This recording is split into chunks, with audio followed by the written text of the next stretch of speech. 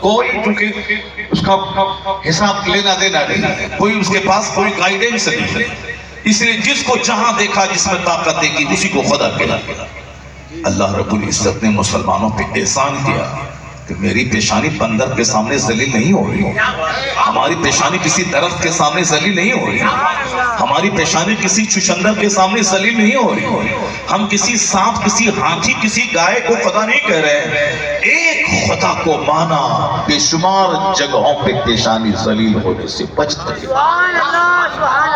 یہ اسلام لانے کا سب سے بڑا بینیفٹ یہی ہے کہ کہو لا الہ الا اللہ، there is no any God but اللہ، اللہ میرا معبود ہے۔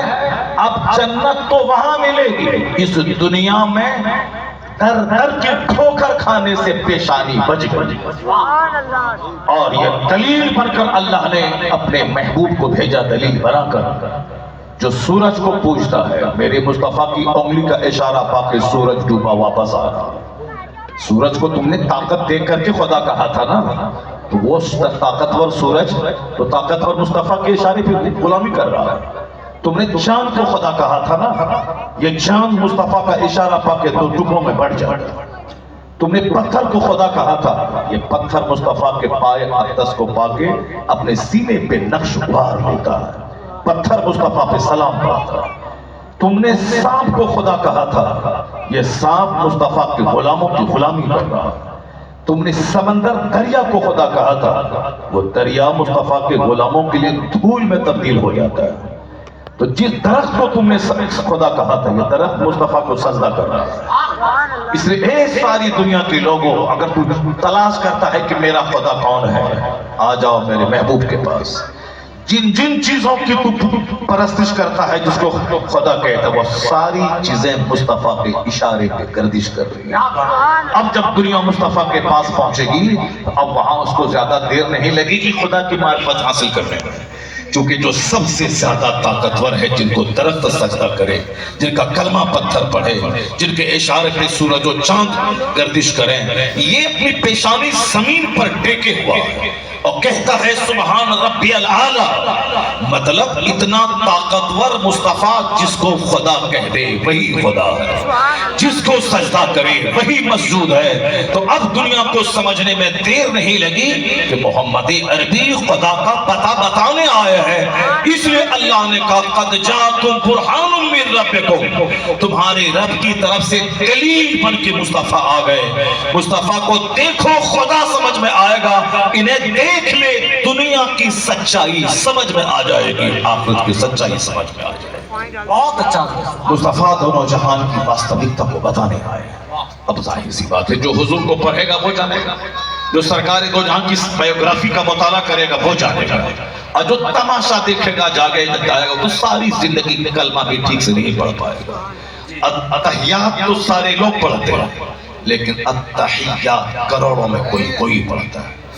سبحان ربی الاعلیٰ تو مرد عورتیں کروڑوں کی تعداد میں لوگ پڑھتے ہیں، لیکن سبحان ربی الاعلیٰ ایک لاکھوں میں کوئی پڑھتا ہے۔ سجدہ ابھی بھی میں نے مسجد میں آج دیکھا ایک آدمی کو سجدہ کرتے ہیں، بس ایسے ہی جیسے چونچ مارتا۔ جب سجدہ میں سارے پارٹس کا سجدے کی حالت میں ٹھہرنا ضروری ہے، پھر وہ بیٹھ جائے تو سارے پارٹس اپنی جگہ پہ سیٹ ہو جائے، پھر اس کے بعد دوسرا سجدہ کرے۔ لیکن وہ ایسے نہیں ہوتا، ایسے کرتا چونچ مارتا ہے، اپنے من میں تو میں نماز پڑھ رہا ہوں، ظاہر سی بات ہے اور نام سن کے بھاگ جائے گا۔ وہ کیسے جانے کہ حدیث میں کیا ہے، وہ کیسے جانے کہ قرآن میں کیا ہے۔ جو نعت پڑھتا ہے وہ حدیث نہیں پڑھتا ہے، وہ بھی تو ساری زندگی نعت ہی پڑھے گا، وہ بھی نہیں جان پائے گا کہ اسلام کیا ہے، سنیت کیا ہے۔ اس لیے میں اکثر کہتا ہوں کہ نعت پڑھنا ضروری نہیں ہے، نماز پڑھنا ضروری ہے، دین سیکھنا ضروری ہے۔ جو ضروری ہے اس کو کرتے نہیں ہے، 2 ٹکا کمانے کے لیے صاحب لوگوں کو بیوقوف بنا رہے ہیں۔ 2 ٹکا کمانے کے لیے صاحب اپنے خربوں کی جنت کو داؤ پہ لگائے ہوئے ہیں، 2 ٹکا کمانے کے لیے۔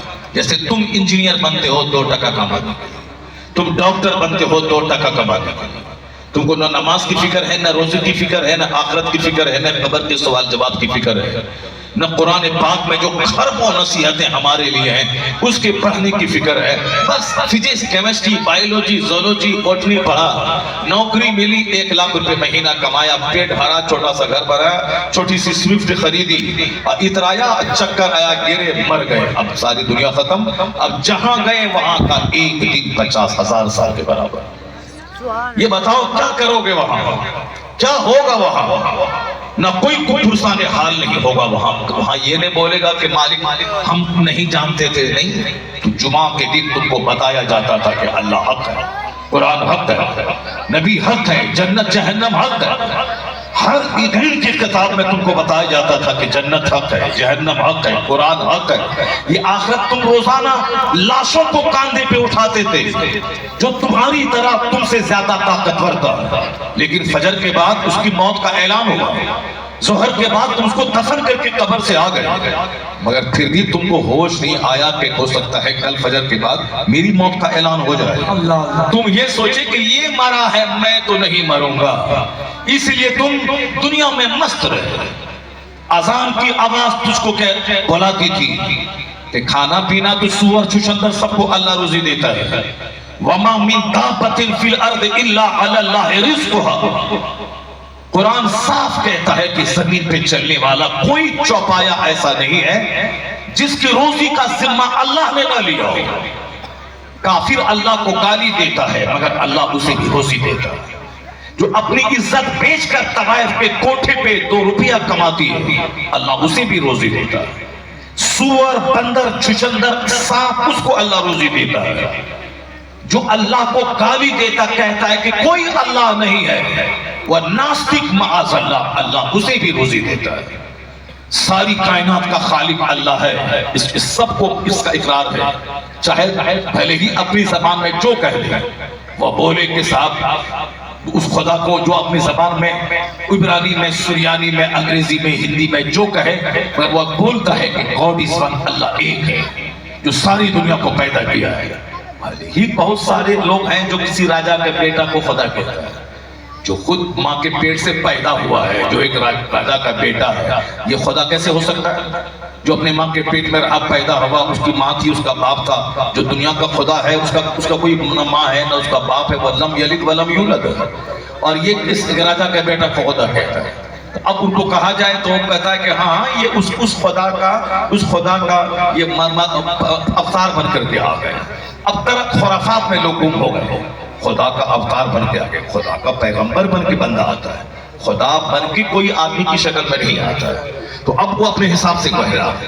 مگر یہ کہہ رہا ہوں آپ سے کہ وہ جیسے چاہے وہ بولتا ہے، لیکن سچی بات یہی ہے کہ دنیا کا خالق مالک اللہ ہے، وہی سب کو پیدا کیا ہے، وہی سب کو موت دیتا ہے، وہی سب کے لیے جنت اور جہنم وہاں بنایا ہے کہ جو یہاں ایمان لایا اچھا کام کرے اس کے لیے جنت ہے، جو یہاں ایمان نہیں لائے برا